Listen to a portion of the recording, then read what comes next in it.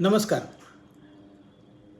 बऱ्याच जणांचे प्रश्न असतात, की विवाह काही केल्या ठरत नाही आहे. मुलाचं किंवा मुलीचं वय निघून चाललं आहे. कशा पद्धतीने याच्यावर मार्ग काढावा? तर सुरुवातीला आपल्या मुलाची किंवा मुलीची छान पत्रिका दाखवून घ्यावी. पत्रिका दाखवल्यानंतर त्याचे योग, त्याचप्रमाणे महादशा, अंतर्दशा बघाव्यात. आपल्या गुरुजींनी सांगितलेले जे काही उपाय असतील तर ते उपाय व्यवस्थित करावेत.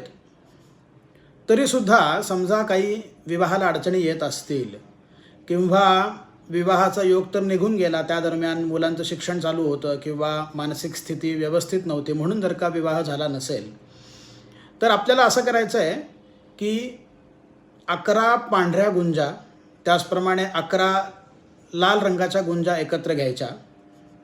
त्या लाल फडक्यामध्ये बांधून आपल्या कपाटात किंवा देवाच्या स्थानी ठेवायचं, त्याची पूजा करून ठेवायच्या. आणि ज्या ठिकाणी आपण विवाहाचं स्थळ वगैरे बघायला जाऊ त्यावेळेस त्या गुंजा आपल्यासोबत घेऊन जायच्या, ती पुरचुंडी लाल रंगाची.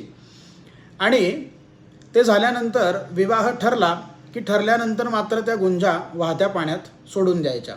सिद्ध उपाय आहे हा. उपाय आत्तापर्यंत ज्यांना ज्यांना सांगितलेला आहे तर त्यांच्याकडून आपल्याला रिस्पॉन्स खूप चांगला आलेला आहे. नमस्कार.